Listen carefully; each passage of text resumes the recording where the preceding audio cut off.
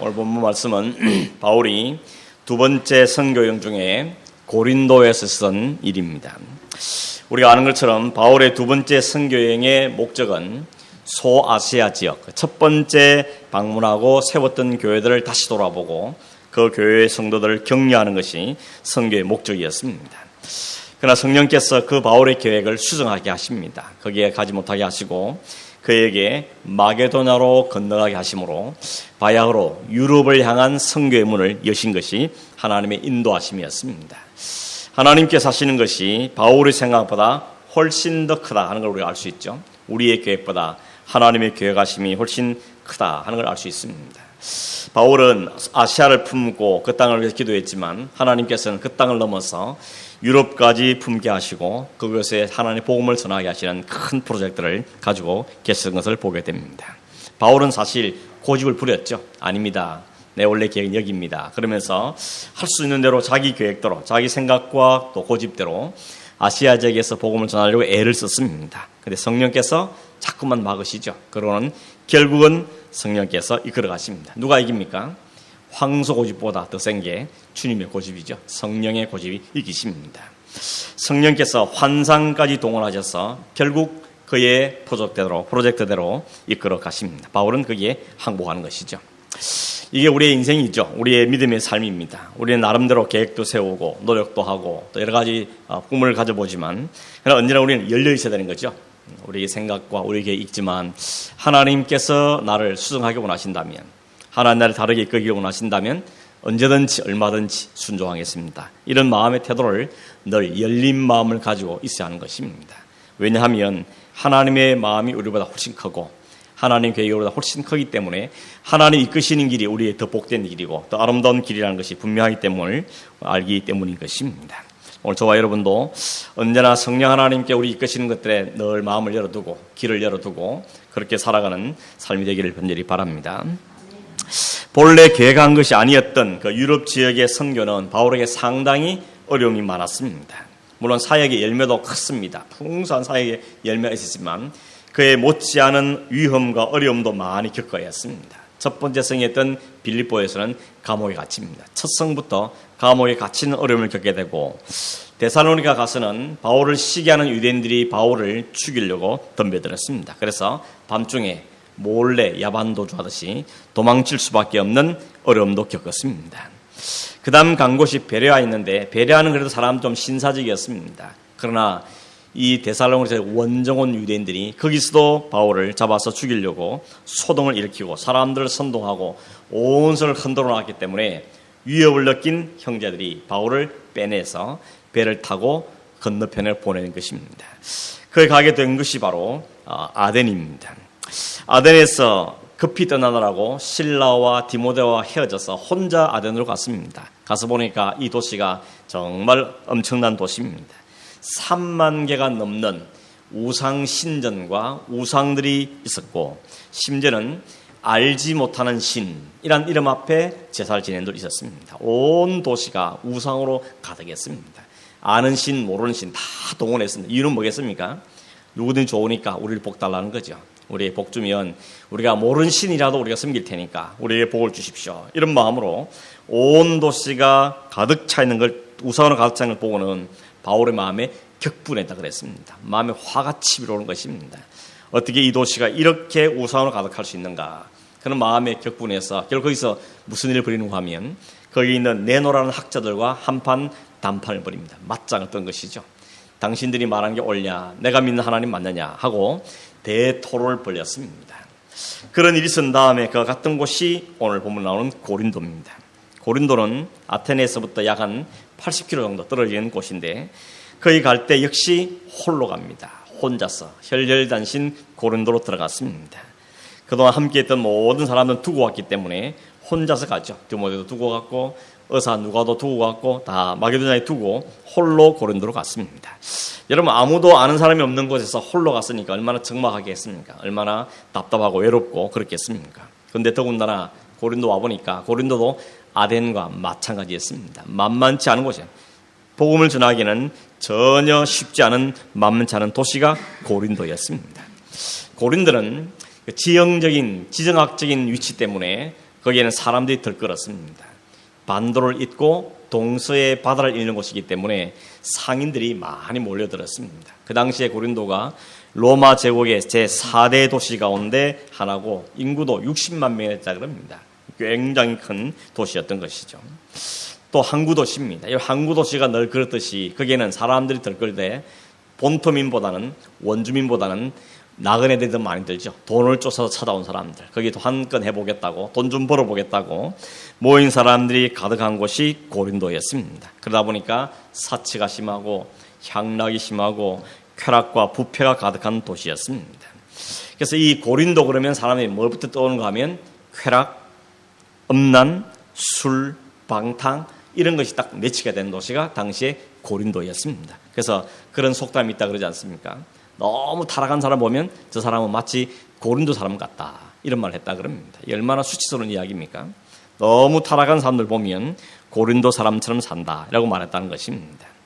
가장 대표적인 우상이 뭐 있는가 하면 비너스라 불리는 사랑의 여신, 그 여신을 섬기는 신전이 있었는데, 큰 신전이 있었는데 그게 여사제가 1000명이나 있었고 그 1000명의 여사제는 공개적으로 거기에 제사지로 온 사람들과 성관계를 맺는 그런 아주 부도덕한 여사제들이었습니다. 완전 창녀들이었던 것이죠.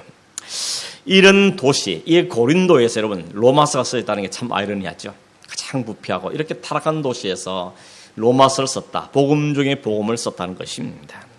로마서 1장에 보면 거기서 고린도에서 로마서를 쓰면서 당시 자기가 있는 곳의 시대상을 표현한 말이 있는데 로마서 1장 22절에 보면 이렇게 되어 있습니다. 스스로 지혜 있다 하나 어리석게 되어 썩어지지 아니하는 하나님의 영광으로 썩어질 사람과 새와 짐승과 기어다니는 동물 모양의 우상으로 바꾸느니라. 그러면 하나님께서 이를 마음의 정욕대로 더러움에 내버려 두사 저희 몸을 서로 욕되게 하셨으니 곧 모든 불의, 추악, 탐욕, 악의가 가득한 자요 수근수근하는 자요 비방하는 자요 하나님께서 미워하시는 자요 능욕하는 자요 교만한 자요 자랑하는 자요 악을 도모하는 자요 부모를 거역하는 자요 우매한 자요 배약하는 자요 무정한 자요 무자비한 자더라. 나쁜 건 다 모아놨죠. 고린도에 이 나쁜 모든 것이 가득한 도시였다는 것입니다. 이렇게 영적으로 타락하고 부패한 도시에서 반기독교적인 거대한 타락의 도시에서 홀로 서 있는 바울이 복음을 들고 서 있는데 얼마나 막막했겠는가 하는 생각을 하게 되는 것입니다. 결코 쉽지 않았던 것이죠. 나중에 여러분, 나중에 이 고린도 교회에 보낸 편지를 보면 그때 바울의 심정이 어땠던가를 잘 표현해 주기를 고린도서 2장 3절에 보면 이렇게 말합니다. 내가 너희 가운데 갈 때에 약하고 두려워하고 심히 떨었도다. 내가 너희들 있을 때 약했고 두려워했고 심히 떨었다는 것입니다. 천하의 바울도 그 고린도의 그 영적인 부패상과 거대한 영적인 타락의 세력 앞에서 약해지고 두려워하고 떨었다고 말한 걸 볼 수 있습니다. 그런 일은 얼마나 막막하고 힘들었겠습니까? 그런데 그런 바울이 어떻게 고린도에서 버텨낼 수 있었는가 하는 것입니다. 어떻게 거기를 계속 갈 수 있었는가? 거기에는 우리가 설교 제목처럼 하나님의 위로가 있었기 때문이었습니다. 하나님의 위로가 그가 닥친 문제보다 더 컸다는 것입니다. 혼란스럽고 고통스럽고 힘겹고 그만 때려치우고 싶고 이런 마음이 굴뚝같이 들었지만 그 마음보다 더 크게 부으시는 하나님의 위로가 있었기 때문에 끝까지 거기를 갔다는 것입니다. 우리 인생살에 그렇지 않습니까? 그만 때려치우고 싶다. 그만 살고 싶다. 이제 그만하고 싶다. 이런 마음이 들 때가 얼마나 자주 있습니까? 근데 그 모든 이기는 힘은 어디로 도는가 하면 위로부터 부으시는 은혜 때문에 그렇습니다.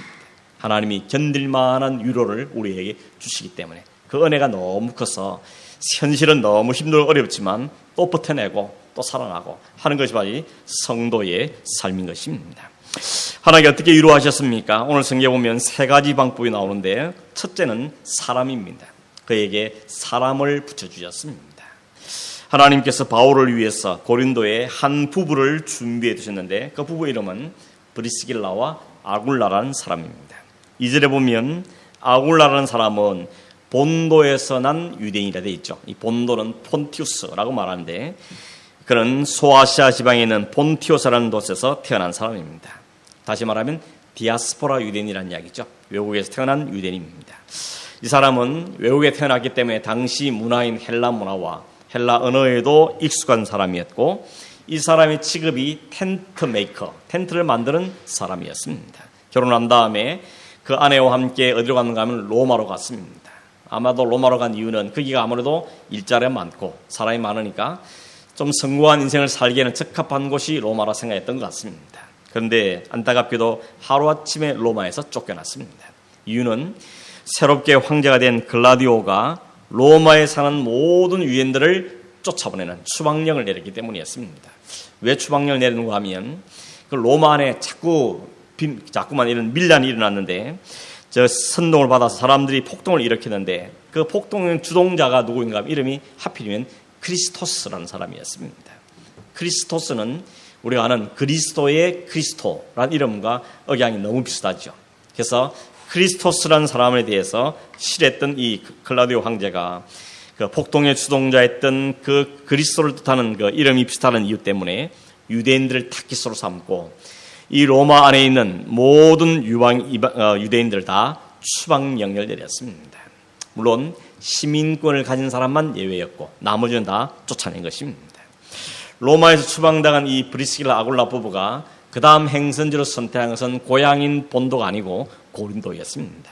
왜 고린도였는가 하면 고린도에는 당시 올림픽 같은 이런 2년마다 열리는 큰 축제 경기가 있었습니다. 이스티미아 경기라 그러는데 이것은 바다의 신 포세이돈을 기념하는 축제였습니다. 전차 달리기, 복싱도 하고 레슬링도 하고 여러 경기가 벌어졌는데 사람들이 2년마다 그 경기 보기 위해서 여러 곳에서 모여서 그 고린도가 사람으로 북적북적했던 것입니다. 그러다 보니 자연히 다른 게 뭐겠습니까? 음식과 그다음에 잠잘 곳이 필요한 것이죠. 그러다 보니까 뭐가 유행했는가 하면 텐트가 유용했던 것입니다.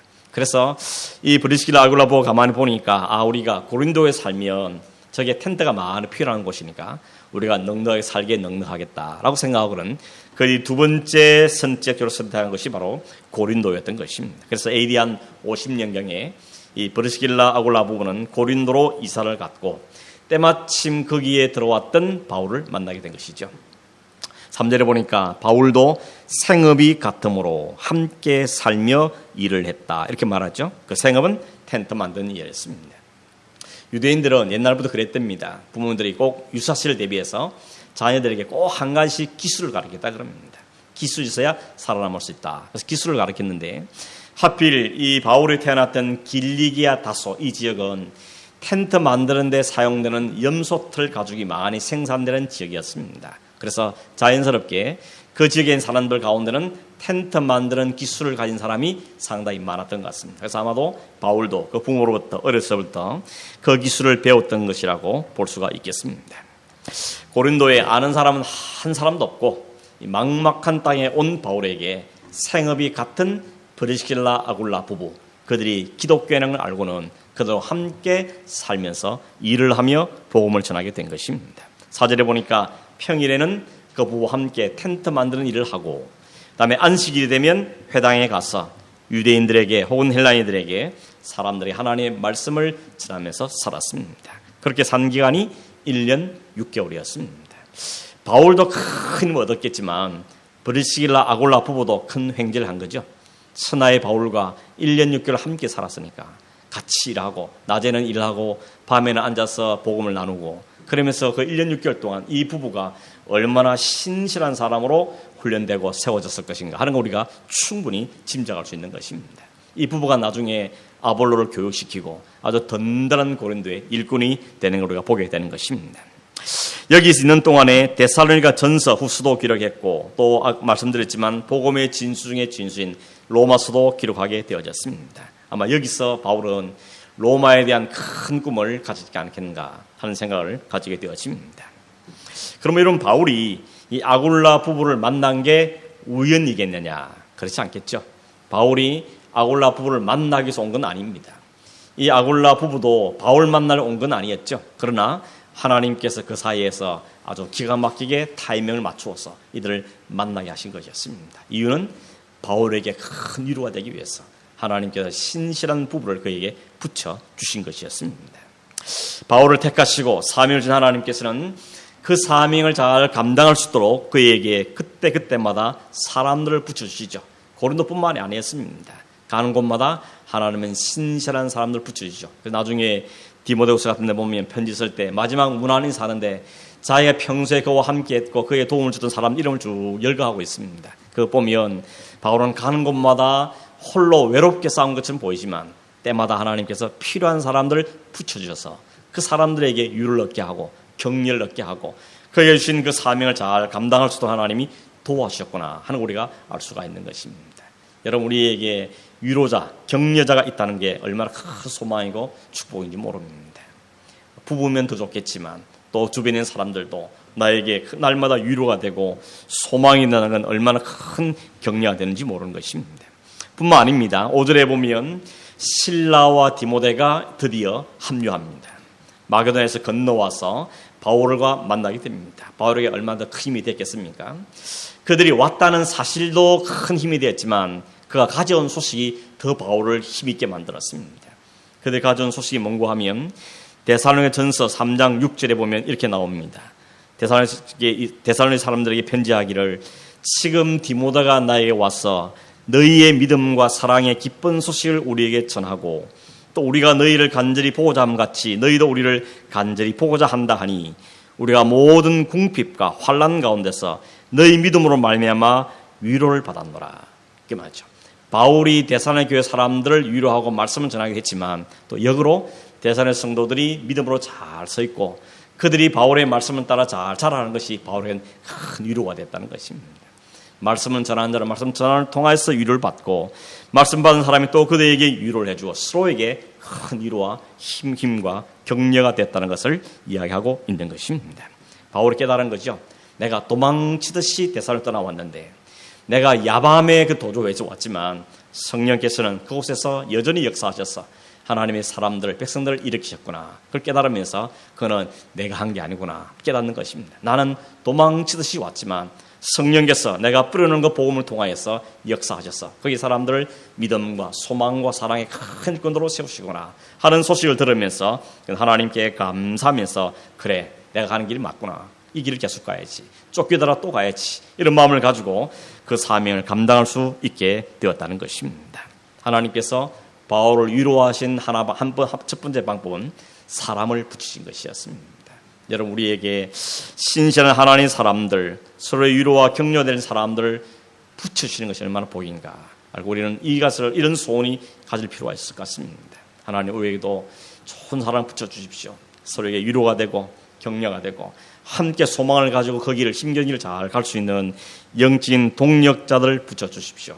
뿐만 아니라 나도 다른 사람에게 신실한 동력자가 되게 해주십시오. 이것이 우리의 기도의 제목이 될 수 있기를 바랍니다. 두 번째 하나님께 유일한 방법은 5절에 보니까 바울이 하나님의 말씀에 붙잡혀 이렇게 있죠. 붙잡혔단 말은 사로잡힌다 혹은 포로가 된다 이런 뜻입니다. 바울이 말씀을 붙잡았다 하지 않고 말씀이 바울을 붙잡았다 이야기하죠. 바울이 말씀에 붙잡힌 겁니다. 바울이 하나님 말씀을 붙잡고 이렇게 한 것이 아니고 하나님 말씀이 바울을 붙잡아서 그를 통하여서 역사하셨다는 것입니다. KJV 성경에는 하나님의 말씀에 붙잡혀라는 단어 대신에 성령께 사로잡혀 이렇게 번역하고 있습니다. 사실 같은 말이죠. 성령의 말씀이 말씀이니까 하나님께 성령께서 말씀을 도구로 바울을 붙잡았다는 것입니다. 다른 어떤 게 아닙니다. 사람이 아닙니다. 비록 하나님 사람을 붙여주긴 했지만 그 사람이 위로가 더 격려가 됐긴 했지만 그러나 바울을 온전히 사로잡은 것은 하나님의 말씀, 성령의 말씀이었습니다. 그 말씀에 꼭 붙들려서 그는 그 힘든 사역을 감당하게 되었다는 것입니다. 물론 사람이 필요 없단 말은 아니죠. 사람도 필요하고 동료 필요했지만 나 그를 더욱더 굳건하게 서게 한 것은 하나님의 말씀, 성령의 말씀이었다는 것입니다. 그 말씀이 힘이고 그 말씀이 능력이고 그 말씀은 성령의 능력이기 때문에 그를 온전히 사로잡아서 사명을 감당케 했다고 말씀하고 있는 것입니다. 여러분, 우리가 사람도 꼭 필요하지만 하나님 말씀께 붙잡힌 것, 이게 얼마나 소중한지를 오늘 성경 우리에게 다시 말씀해주고 있는 것입니다. 왜냐하면 사람은 또 배신할 수 있는 거거든요. 바울도 그러지 않아요. 디모데후서 가보면 누구는 나를 배신해 떠났고 대만은 어디 갔고 누구는 어디를 갔고 다 떠나갔고 내 배는 지금 누구밖에 없다. 이렇게 너무 안타까운 마음으로 정말 초라해 보이는 그 모습으로 이야기를 볼 수 있습니다. 그러나 바울의 끝까지 그 사명을 달려가기를 마칠 수 있는 것은 성령께 붙잡혀서 하나님 말씀에 붙잡기 때문에 그 사명을 감당할 수 있었던 것입니다. 세상은 다 떠나갈 겁니다. 그렇게 아끼는 부부간도 다 헤어질 날이 올 겁니다. 그러나 우리를 영원히 붙잡고 영원까지 이끌 것은 성령이시며 그분의 말씀뿐이라는 것입니다. 오늘 저와 여러분도 성령께 하나님 말씀께 늘 붙잡혀서 살아가는 은혜가 있기를 간절히 바랍니다. 마지막 한 가지는 하나님께서 9절에 보니까 환상 가운데 바울을 찾아와서 그에게 격려하고 말씀을 주셨습니다. 두려워하지 말고 침묵하지 말아라 하고 말씀하셨습니다. 여기 포인트는 환상을 보라는 게 아닙니다. 또 우리 환상을 봐야 되구나 그러지 마시고 환상이 중요한 게 아니고 그에게 주신 위로와 격려의 말씀입니다. 두려워하지 말고 침묵하지 말고 하나님 말씀을 증거하라고 이야기합니다. 내가 어떤 사람도 너를 대적하여 해롭게 할 적 없게 하겠다라고 위협할 수는 있을지 모르지만 내가 너를 끝까지 지킨다라는 하나님의 위로 확실의 말씀을 주셨던 것입니다. 바울은 사실은 이 고린도에서 6절에 보면 사람들이 유대인들이 대적하니까 뭐라 그랬습니까? 옷을 털면서 나는 이제 떠나겠다 그렇게 말했습니다. 너 나를 안 받아 내 복음 안 받으니까 그래 그만 관둬라. 나는 그냥 간다. 나는 이방인에 간다. 그러면서 옷을 털어버리고 고린도를 떠나려고 그랬습니다. 근데 하나님의 마음이 그를 붙잡았습니다. 그러지 마라. 두려워하지 말고 놀라지도 말고 침묵하지 말고 말씀을 가르쳐라. 그들이 조직적으로 방해하고 해도 내가 너 지키지 않냐. 내가 너와 함께하지 않느냐. 침묵하지 말고 말씀을 지키고 복음을 전하라고 그에게 말씀한 것입니다. 하나님은 언제나 사명을 주시면서 플러스 약속을 주신다는 것을 보게 되는 겁니다. 그냥 사명만 주신 하나님이 아니고 명령만 하시는 하나님이 아니라 그 명령을 지켜낼 수 있도록 하나님은 약속도 주신다는 겁니다. 성경 인물이 다 그렇습니다. 우리가 보고 있는 아브라함도 내 고향 친척 아버지 집을 떠나라. 내가 지시한 땅으로 가라. 명령만 주신 하나님 아니죠? 뭐라 그럽니까? 거기 가면 내가 너는 큰 민족을 이루게 할 거고 내 이름이 창대하게 될 것이며 내가 믿음의 조상이 될 거다. 약속을 주시는 겁니다. 믿음 주신 사명을 감당할 수 있도록 소망과 약속을 그에게 주시는 겁니다. 출애굽기 3장에 보면 호렙산 떨기나무 불꽃 가운데서 모세를 부르신 하나님께서 야 너 가서 내 백성을 애굽에서 끌어내라 라고 말씀하십니다. 안 됩니다. 못 갑니다. 하나님 뭐라 그럽니까? 내가 반드시 너와 함께 간다. 너 혼자 보내는 거 아니다. 내가 반드시 너와 함께 한다 라고 약속해 주셨습니다. 여호수아 1장에는 그 모세가 죽고 뒤를 이어서 지도된 여호수아에게 하나님 말씀하시죠. 너는 이 모든 백성과 더불어 일어나 요단을 건너가라. 내가 약속한 땅을 너에게 이제 주겠다라고 말씀하십니다. 명령만 하지 않으시죠? 뭐라 그럽니까? 내가 모세와 함께 했던 것처럼 너와도 함께 하겠다. 너 받지 않냐? 모세가 어떻게 내가 함께 하는데 너 받지 않느냐? 그와 같이 나도 너에게도 똑같이 너와 함께 하겠다 하는 약속의 마음을 주신 것입니다. 그 약속의 말을 붙잡고 이 여호수아는 담대하게 요단강을 건너가게 되는 것입니다. 그 위에 모든 신앙 인물이 다 그렇습니다. 사사들도 그렇고 왕들도 그렇고 다윗도 그렇고 모든 선지자도 마찬가지입니다. 명령하시고 소명을 주시는 데는 반드시 하나님의 약속도 함께 계신다는 것입니다. 여러분 하나님께 우리에게도 마찬가지입니다. 제자들에게도 마찬가지, 예수님의 제자들도 마찬가지죠. 3년간 훈련시킨 다음에 이 예루살렘 떠나지 말고 여기 있으면 성령을 받고 온 유대와 사마리아 땅까지 정인이 되라 라고 말씀하십니다. 그런 다음에 뭐라 그럽니까? 내가 세상 끝날까지 너희와 함께 할 거다 라고 말씀하십니다. 명령이 큽니까? 약속이 큽니까? 명령도 크고 위대한 거지만 하나님의 약속과 함께하던 그 약속이 훨씬 큰 것입니다. 그게 우리를 이끌어가는 것이죠. 우리만 보면 우리 사명만 보면 감당할 능력이 없을 때가 얼마나 많습니까? 어느 목사님 인터뷰하는 거 보니 그러더라고요. 오늘 내일 아침에 테니스 치고 나서 이제 때를 치워야지 목회. 그런 적이 많았는데 결국은 은퇴하시면서 이렇게 이끌고 온 것이 하나님 그때그때마다 말씀을 주시고 또 약속을 주시고 나는 함께 하는데 너 왜 빛을 그리냐. 이 말씀 때문에 끝까지 올 수 있게 됐다는 고백을 하는 걸 들을 수가 있는 것입니다. 그 하나님께서 오늘 우리에게 말씀하는 겁니다. 내가 바울과 함께 했던 것처럼 바울을 위로했던 것처럼 오늘 성도 한 사람 한 사람도 동일하게 취급하겠다는 것입니다. 바울만 그렇게 하는 건 아닙니다. 하나님 앞에서는 바울이나 우리나 다 존귀한 자들입니다. 하나님이 우리 이 땅에 살게 하신 이유가 있는 사람들이고 살아야 될 목적과 사명이 있는 사람들인 것입니다. 그런 우리가 지쳐하고 피곤해하고 힘들어할 때 하나님 그냥 내버리지 않는다는 것입니다. 이게 세 가지 방법을 통하여서 바울을 위로했던 것처럼 오늘 우리를 위로하고 격려하시는 하나님이십니다. 여러분, 이렇게 격려하신 이유가 성경 10절 끝에 보면 나와 있죠. 신실한 동력자를 붙여주시고 말씀을 그를 사로잡으시고 환상 중에 약속하신 그 말씀 이어신 이유가 뭐냐? 10절 보니까 이는 이 성중에 내 백성이 많기 때문이다 라고 말씀하고 있습니다. 이 말은 무슨 말입니까? 바울 그 자체도 중요하겠지만 사실은 바울 그 자체보다 더 소중한 것은 이 성중에 내 백성이 많기 때문이라고 말씀하고 있는 겁니다. 바울은 자기 정말 복음 전에 싫어하니까 옷에 먼지를 떨어버리면서 떠나려고 했지만 하나님 그를 말리신 겁니다. 야, 이 성중에 아직도 내 백성이 많아. 너 지금 가면 안 돼. 그러면서 내가 너와 함께 할 테니까 침묵하지 말고 두려워하지 말고 2, 3년 끝까지 감당해라 라고 그를 1년 6개월 붙들어 주시고 거기서 하나님 말씀을 전하게 하셨다는 것입니다. 이거 보면 하나님의 마음은 어디 있는 겁니까? 이 성중에 있는 하나님의 백성들, 이 성중에 아직도 있는 하나님의 백성들을 구원하는데 하나님의 마음, 하나님의 심정이 거기 있음을 보게 되는 것입니다. 주님께서도 누가복음 19장에 보니까 예루살렘 성을 바라보면서 우셨다 그랬습니다. 왜 우셨습니까? 그 중에 하나님 백성들이 있는데 이 성이 멸망을 보면서 주님은 안타까우면서 우셨다는 것입니다. 크게 도전받았던 것 중에 하나가 뭔가 하면 15세기 종교의 한참일 때 스코틀랜드에서 태어나서 처음에는 가톨릭 사제였지만 나중에 종교육자들이 전하는 복음을 듣고는 회심하고 나서 칼빈의 제자가 된 사람 중에 존 낙스라는 사람이 있습니다.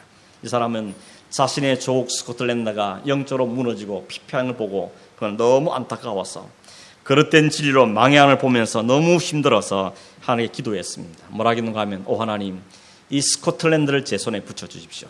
아니면 죽음을 주십시오. 그렇게 기도했다는 겁니다. 이 말이 교만한 말이 아니고 이 나라를 구원할 수 있도록 하나님 내게 은혜를 주십시오. 내게 사명을 주십시오. 라고 기도했다는 것입니다. 오늘 우리가 살고 있는 도시, 우리가 사는 나라, 우리 조국 땅 혹은 우리가 있는 지역을 바라보면서 우리에게도 하나님의 그 심정을 가지기를 주님은 우리에게 원하시는 것 같습니다. 하나님의 마음 어떤 마음입니까? 이 성중에 내 백성이 많은데 침묵하지 말고 담대하게 하나님의 말씀을 감당하고 우리에게 말씀하는 겁니다. 그 사명을 감당한 자에게 하나님은 위로해 주십니다. 사람을 붙여주시고 말씀으로 사로잡아주시고 우리에게 소망과 약속을 주심으로 이 길을 걸어가게 하는 것이 하나님의 위로며 하나님의 은혜인 것입니다. 저와 여러분 우리 모두가 이 바울이 걸었던 길을 오늘 우리도 걸으라고 말씀하시는 것 주님 앞에 겸손한 마음으로 주님의 위로와 격려를 입혀보면서 이 사명을 잘 감당하는 그런 교회가 또 그런 우리 자신들이 되기를 간절히 바랍니다. 한번 같이 기도하겠습니다. 이 성중에 내 백성이 많다. 침묵하지 말고 두려워하지 말고 내가 너와 함께 하겠다고 말씀하시며 이 믿음의 걸음을 걸으라고 말씀 주님 앞에 오늘 앞에 무릎을 꿇고 마음을 무릎을 꿇고 하나님 우리를 사용해 주시고 우리 교회를 사용해 주시며 이 시대에 하나님 긍휼과 은혜를 베풀어 주셔서 우리 조국 땅이 이 땅이 하나님의 거룩한 도시로 아름답게 변하는 일들에 우리를 사용해 주시기를 원하고 이 사명을 감당에 지치지 않도록 도와주시며 특별히 말씀을 담당한 온 세계 전역에 합쳐서 선교하고 말씀을 전한 주의 종들에게 성령에서 위로해 주시고 말씀의 능력을 주시고 함께해 주셔서 이 시대를 다시 책임질 수 있는 은혜가 있도록 위해서 함께 기도하며 멀리 가지 않고 우리 각 근처에 우리 가족들 가운데 하나님 하는 은혜가 필요한 자들에게 우리를 쓰시기를 원하시는 주님 우리에게 은혜를 베푸시고 잘 감당케 주옵소서. 함께 이런 점으로 먼저 기도하기를 원합니다. 함께 기도하겠습니다.